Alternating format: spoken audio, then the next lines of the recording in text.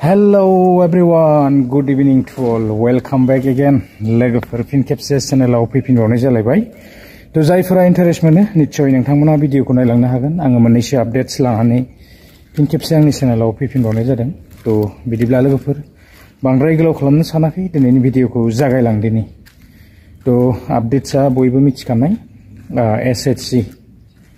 जितुनाखि दंफां फुलि ना आत्मसहाय गट तो फाइनाली भेरिफिकेशना जानानै थांबाय होननानै जोङो मिथिनो मोनखादों आरो दा 10,000 राङा माने हाबसिगोन जाहैदों आरोना जोबोद मोजांनि बाथ्रा गोबां दिन वेट खालामबाय आरो गोबां सम जाबायना नेनायाहाय नाथाय दा फैयै हाबनायनि समा सफैबाय आरो फ्राय बयबो मोनजोबसिगोन बायदि जायफोरा बेबायदि एकाउन्ट्सफोर खुलिनानै लाखादोंमोन आरो पार्सनेल बेबायदि सेविं एकाउन्टआवहाय फैसाया क्रेडिट जागोन जाहैदों 10,000 करि मोननो थांगासिनो आरोना तो आङो क्लिप्सखौ एसे होनानै होगोन बयबो मिथिखानाय नाथाय भेरिफिकेशना सोलिबाय थादों होननानै जोङो मिथिनो मोनदोंमोन फाइनाली भेरिफिकेशना कमप्लिट जानो थांबाय आरो दा थाबैनो बेबायदि बोसोर गोदानावनो एकाउन्टआवहाय फैसाया क्रेडिट जानो थांगासिनो दङ तो आरो बेजों लोगोसे गुबुन मोनसे आपडेट्सआ जाहैबाय जोंहा बेबायदिनो पीएम किसान तो पीएम किसानावहाय जोंहा आपडेट्स फैदों बेबायदिनो लनफोर लानो हानाय बेवहाय खेतियकफोरा तो बेबायदि बेबस्था फैदों आरो बेंकनिफ्राय बेबायदि लनफोर लानो हागोन जाहैदों आरोना तो आङो एसे क्लिप्सखौहाय होनानै होगोन खेतियकफोराहाय बेबायदि लनफोर लानो हायो बेबायदि जाहैदों आरोना तो आरो बेजों लोगोसे जोंहा पीएम किसाननि फैसायाबो हाबनो थांगासिनो दङ बेबायदिनो थाबैनो जानुवारि बेबायदि नङाब्ला फेब्रुवारि बे मास मोननैनि भितरावनो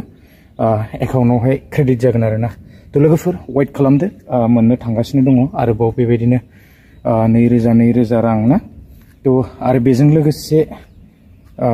जायफोरा दासिमबो आपडेट खालामनानै लायाखैबा आद्रा थानाय खामानिफोर दङब्ला थाबैनो खालामनानै लादो अब्लानो एकाउन्टआवहाय क्लुंलायनाय हाबफैसिगोनलाय आरोना तो नेनानै थायोब्लानो जाबाय आरो मामाया जेखौ बुङो बेखौनो मावो तो बयबो मिथिखानाय आरो मावबोगासिनो दङ मामाया होन तो बुंनायफोरखौ माने बेबायदिनो मावलांगासिनो आरोना तो बेबायदिनो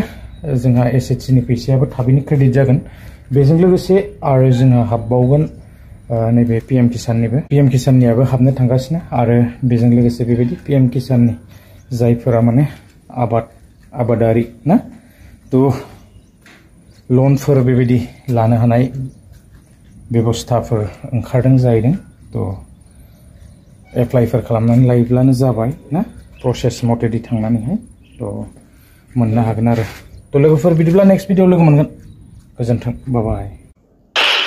लाखपति बायदेउक লৈ আহিল ভাল খবৰ সম্পূৰ্ণ হল লাখপতি বাইদেউৰ ভেৰিফিকেশনৰ কাম 30 লাখ মহিলাৰ মুখত হাঁহি বিৰিঙাবলৈ সাজু হিমন্ত চৰকাৰ মুখ্যমন্ত্ৰী হিমন্ত বিশ্ব শৰ্মাৰ নেতৃত্বাধীন ৰাজ্য চৰকাৰৰ অভিলাষী আঁচনি হৈছে লাখপতি বাইদেউ মহিলাসকলক আৰ্থিকভাৱে সবল উদ্যমী কৰাৰ লক্ষ্য আগত ৰাখি এই অভিলাষী আঁচনি গ্ৰহণ কৰিছে হিমন্ত চৰকাৰে হিমন্ত চৰকাৰৰ সপোন অসমৰ প্ৰত্যেকগৰাকী মহিলা লাখপতি হ'ব লাগে এই আঁচনিৰ জৰিয়তে যোগ্য মহিলাক চৰকাৰৰ ফালৰ পৰা প্ৰথম পৰ্যায়ত 10,000 টকা